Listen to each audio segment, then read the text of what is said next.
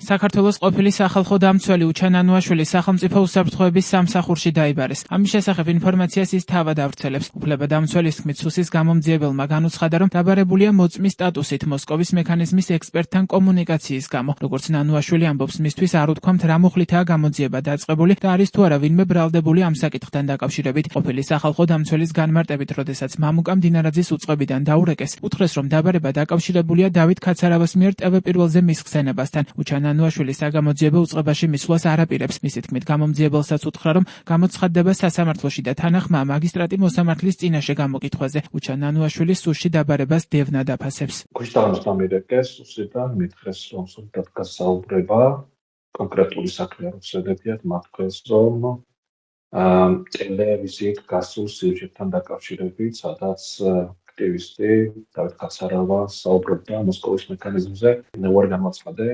სუსში მისვლაზე და მოუწოდე მაგისტრი მოსამართლე სავარაუდოდ ხვა ჩაინიშნება მოსმენა და სწორედ სასამართლოს მეშვეობით გავცე პასუხებს, რაც ეკნებათ იმ კითხვას. თუმცა ჩემთვის დღემდე მაინც გაუგებარია და ვიკითხე კიდეც თუ რა კონკრეტულ საქმესთან დაკავშირებით მიმდინარეობს, თუ მიმდინარეობს გამოძიება და რა არის რა სტატუსი და მე ამაზე პასუხი ვერ მივიღებ. ეს არის უბრალოდ გაგრძელება იმ პოლიტიკის, რეპრესიების, ტერორის, რომელსაც ადგილი აქვს ქვეყანაში ბოლო წლების განმავლობაში.